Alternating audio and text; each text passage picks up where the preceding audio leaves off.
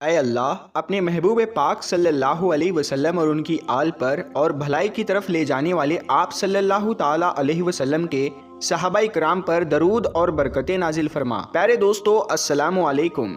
پیارے ساتھیو، حضور اکرم صلی اللہ تعالیٰ علیہ وسلم کے روضہ مبارک کے اوپر جو ابھار دکھتا ہے، بہت سے لوگوں کے مطابق کہا جاتا ہے یہ ایک شخص کی قبر ہے، اور بعض لوگوں کا کہنا ہے کہ یہ ایک کھڑکی ہے۔ مگر دوستو، جب گنبد خضرا کی کھڑکی یعنی اس ابھار کو کھولا گیا تو مدینہ منورہ میں ایسا کرشمہ ہوا جسے سن کر آپ کا ایمان تازہ ہو جائے گا۔ آج کی اس ویڈیو میں جب آپ خود دیکھیں گے تو حیران رہ جائیں گے، اسی لیے آپ سے گزارش بس اتنی سی ہے کہ ویڈیو کو آخر تک ضرور دیکھیے گا،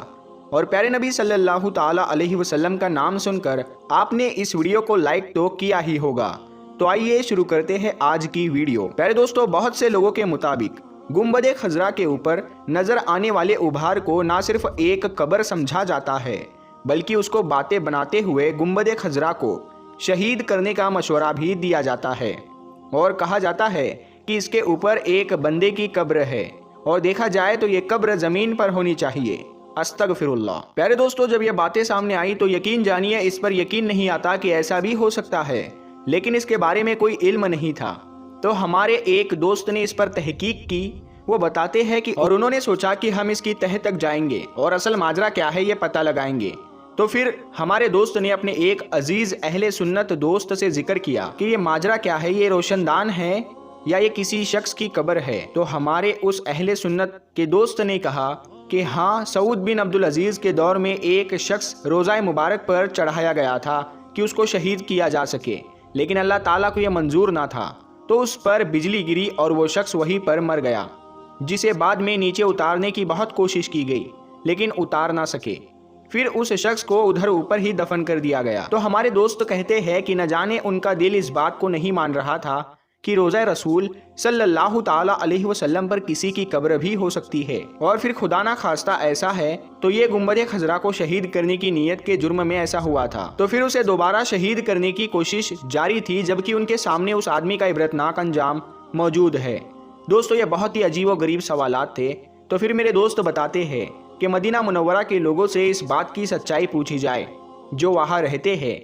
کہ یہ کیا ماجرا ہے۔ پیارے دوستو، ہمارے وہ دوست بتاتے ہیں جب میں نے ان دوستوں سے پوچھا اور میری بات ایک دوست سے مسجد نبوی شریف انتظامیہ کے اہلکاریوں سے بھی کروائی گئی، لیکن کوئی نتیجہ نہ نکلا کہ یہ کیا ہے۔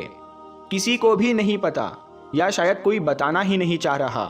لیکن اس کو کوئی قبر بھی نہیں بتا رہا تھا کہ یہ قبر ہے، اسی لیے مجھے زیادہ حیرانی ہوئی۔ پھر دوستو، ہمارے وہ دوست بتاتے ہیں کہ ان کی ملاقات ایک سعودی میں رہنے والے ایک شخص سے ہوئی جس سے تقریباً پچھلے 3 سالوں سے ملاقات کا سلسلہ جاری تھا۔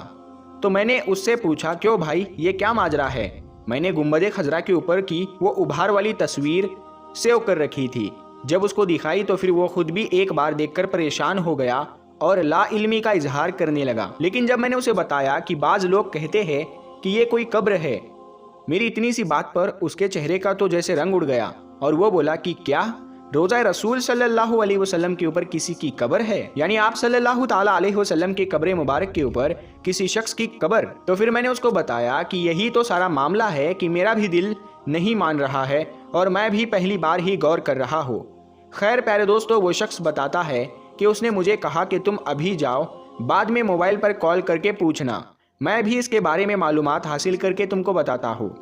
پھر کچھ دنوں کے بعد اچانک میرے ذہن میں یہ خیال آیا کہ یہ واقعہ سعود بن عبدالعزیز کے دور کا ہے، یعنی لگ بھگ 90 قبل پرانا ہے، تو ضرور اس کا ذکر تاریخ نجد و حجاز از مفتی غلام فرید ہزاروی صاحب نے اپنی کتاب میں کیا ہوگا، کیونکہ ان کی تاریخ نجد و حجاز اس حوالے سے انتہائی بہترین کتاب ہے، جس میں چھوٹی سے چھوٹی چیز کو بھی مکمل حوالوں کے ساتھ نقل کیا گیا ہے۔ سو میں نے فوراً تاریخ و حجاز کا رخ کیا، جہاں مجھے اس کتاب کے باب نمبر 4 صفحہ نمبر 3 پر یہ واقعہ مل گیا، جس کی عبارت یوں ہے کہ جو آدمی گنبد خضرا کو شہید کرنے کی نیت سے اوپر چڑھے، ان میں سے 2 آدمی نیچے گر کر ہلاک ہو گئے۔ اور اس تاریخ کی کتاب سے ایک بات تو واضح ہو گئی کہ پہلی بات، اوپر چڑھنے والے آدمی ایک سے زیادہ تھے، اور دوسری بات، اوپر نہیں بلکہ نیچے گر کر ہلاک ہوئے، ان پر کوئی بجلی نہیں گری تھی، اور تیسری بات، اس واقعے میں 2 آدمی مر گئے،